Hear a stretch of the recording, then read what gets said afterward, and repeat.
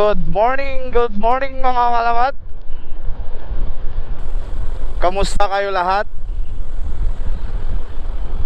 Ito yung pangalawang araw natin mga kalamat na pagdadrive sa bagong luma nating motor. Nakakuha na tayo ng service pang araw-araw. Nakakuha lang siya natin mga kalamat ay repo. Honda Click 125 version 3. So napaka-press. Pagas muna tayo mga kalamat. Medyo wala tayong gas eh.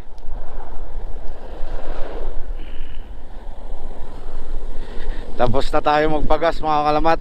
Bali nagpagas tayo ng 100.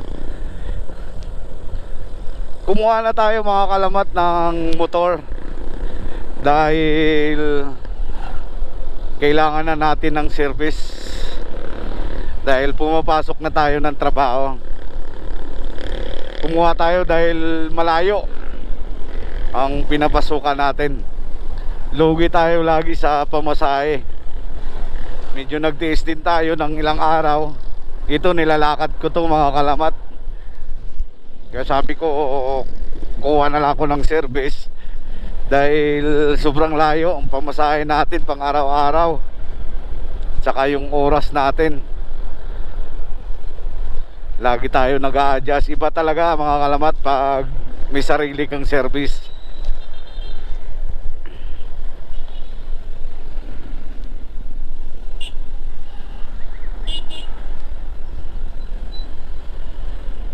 Nakuha lang to natin mga kalamat, repo. Bali bago pa siya. Ang odo niya 3,000. 3 buwan sa may-ari. Kaya tama-tama pagpunta natin sa kasa na mayroong stock na version 3. At makinis pa siya talaga. Talagang walang kagalos-galos kahit puknat. At tayo'y nakachamba naman ng sariwa. Lalo na yun mga kalamat, yung makina niya sobrang pinong-pino ang hagod niya. Talagang maramdaman mo yun na sariwa pa siya. Dahil siyempre pag kumuha tayo ng repo, tsambahan lang talaga. Dahil pag kumuha ka ng repo na hindi ka makachamba, talagang lugi ka nun. Kaya ito yung nakuha natin. At medyo matipid siya sa gas, di kumpara sa ibang scooter. Medyo naninbago lang tayo nito dahil ngayon lang tayo nakapag-drive ng Honda Click. Gaya dati nagbo-Burgman tayo. At ito may kagandahan siya dahil ang ganda ng suspension niya. Para kang lumulutang sa hangin. May lakas siya. Kumpara mo sa ibang scooter, halos makipagsabayan sa 150cc. At tuloy-tuloy na tayo, makapag-vlog na tayo ulit. Araw-araw. Kinuha naman to natin mga kalamat, hindi lang pamporma eh. Kundi kinuha natin to para may service tayo araw-araw. Although sana hindi pa naman tayo sana kumuha ng bagong motor, dahil mayroon nga akong target na motor na pag-iipunan sana. Kaso yun nga ang sabi ko, malayo yung pinapasukan ko. Pag mag-commute ako ilang sakay, lugi ako sa pamasahe lagi.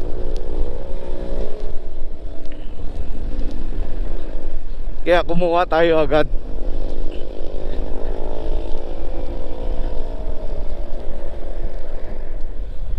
Kaya ang inaabol natin dito mga kalamat makatipid tayo.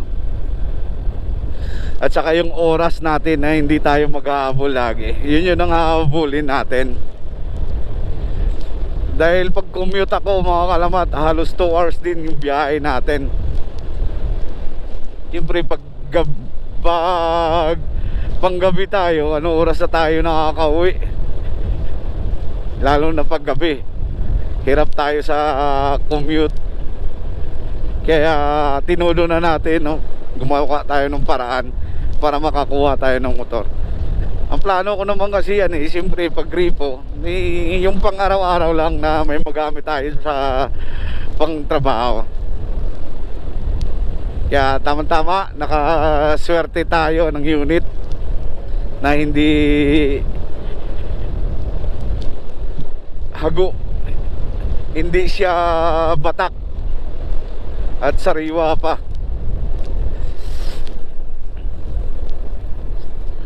Susubukan siya natin mga kalamat, yung takbo niya at saka yung handling.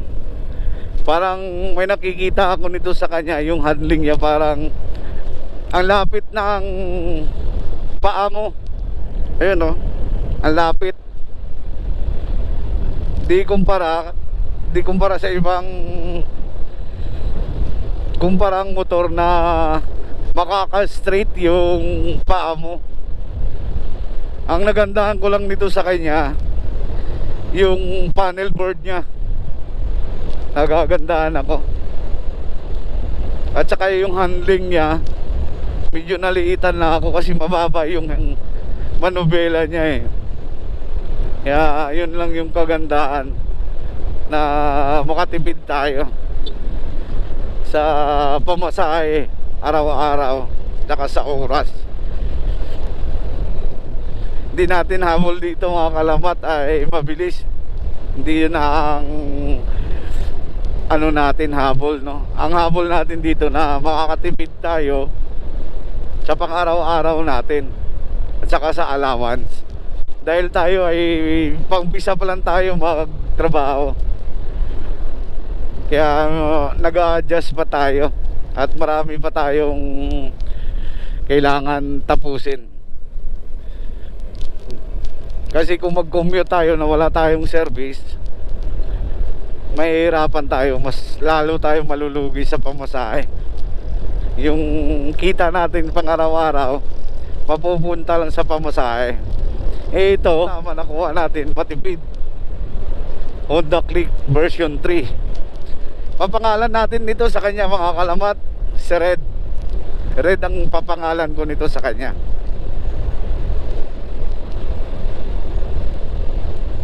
Ang nagandahan ko lang dito sa kanya, yung takbo niya, smooth na smooth. Although lahat stock, walang binago. Kaya maganda yung hatak niya. Alright.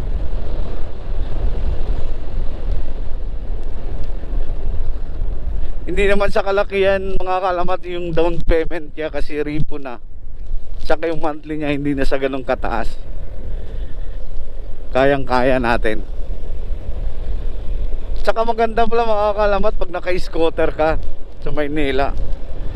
Wala ka nang nakabalahin pa kundi piga lang ng piga. Di tulad dati no, na naka-Raider 150 tayo. Hirap tayo sa traffic. Ito smooth lang eh. Parang nasanay na tayo kasi mga kalamat, last time natin nagamit ay puro scooter. Kaya sabi ko kako, scooter na lang kukuhanin ko. At least may magamit na yung si Mrs. At saka may magamit na rin tayo na hatid sundo sa kay Aki sa school pag wala tayong pasok.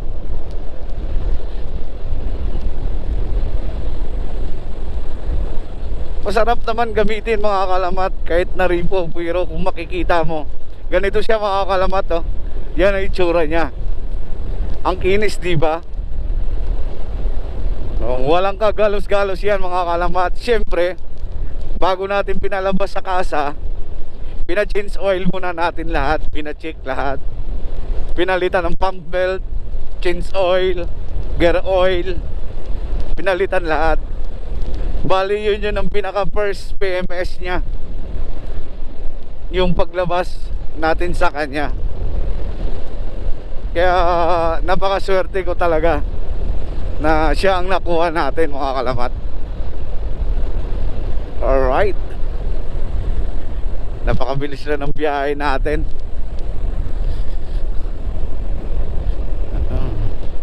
Hindi na tayo mahihirapan. Ang ganda, mga kalamat, oh. Ang ganda maglaro ng soccer. May football field. Minsan pag may time tayo, mamamasyal tayo dyan, kami ni Aki.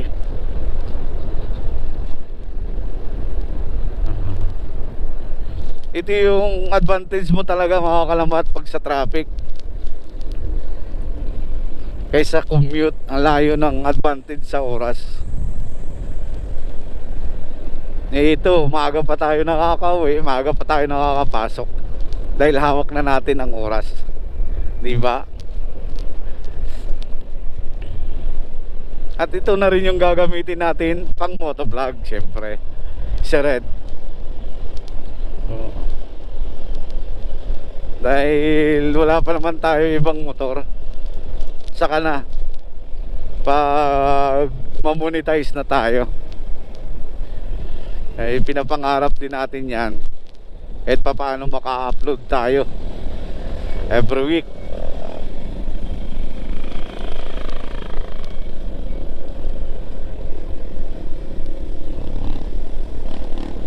Panibago lang kasi na dito bumalik tayo ulit sa Maynila. Kaya bumalik tayo sa trabaho natin na 5-9. Kaya sa lahat ng sumusuporta ng mga 5-9 dyan sa channel ko, thank you. Ingat lagi sa 2-0, mga kalamat.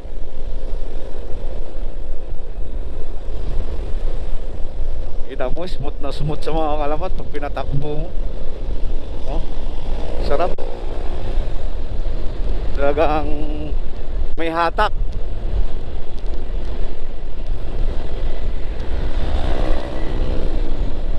Iba pa rin yung scooter kaysa sa manual. Dito nakaka-relax ka.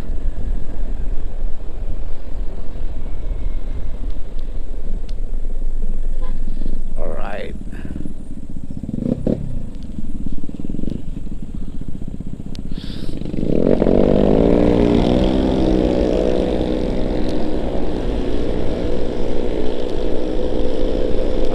Tamang chillan tayo.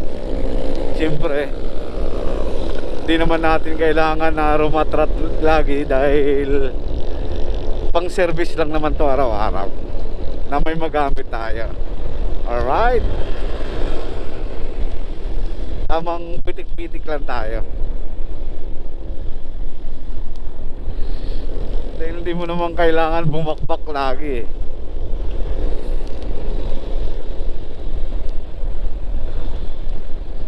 Kaya masarap pa rin na makakauwi tayo ng ligtas.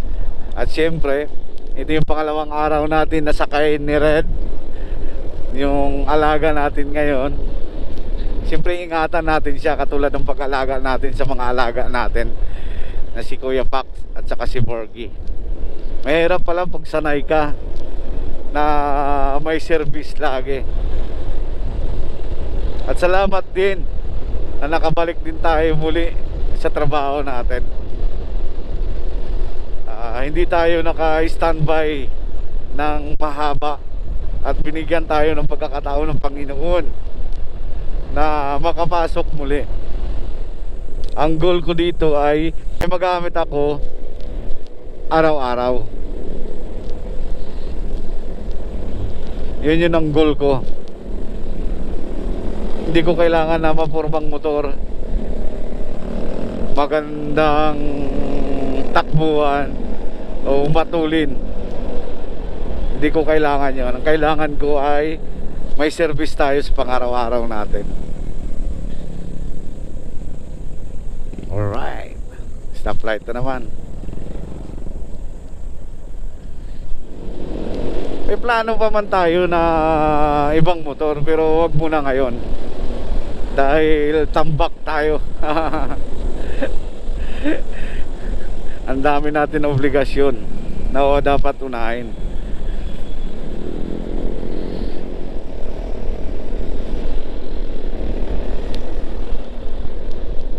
Ang sarap yan kasi mga kalamat gamitin ng Honda Click.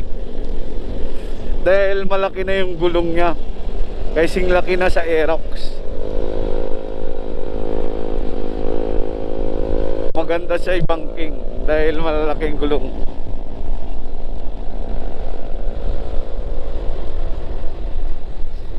At saka ito yung pinaka-best seller nila mga kalamat, Honda Click version 3. Halos magkakaubusan ng unit dahil nga maganda yung itsura niya.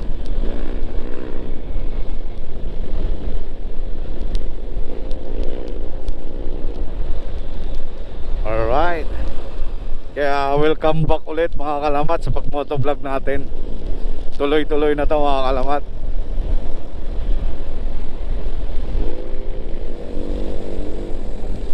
Kaya saktong-sakto sa atin na may magamit na tayo pang araw-araw.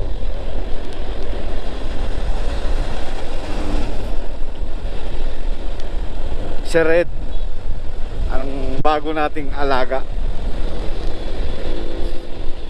Ingatan natin yan. Siyempre pag iningatan tayo, ingatan niya rin tayo niyan. Tsaka alam ko naman na mabait to eh. Tamo, saglit lang yung biyahe natin, Cavite to Las Piñas. Ang bilis lang.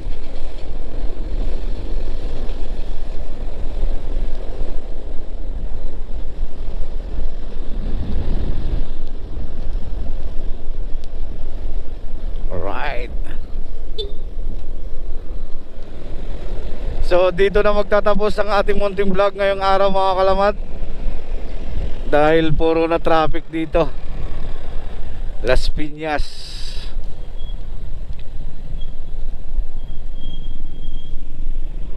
So hanggang sa muli, dito na magtatapos ang ating munting vlog ngayong araw mga kalamat. Maraming salamat sa lahat ng sumusuporta sa YouTube channel ko. Thank you. God bless. Hanggang sa muli. Adios, amigo. Ride safe. Bye-bye. Boom.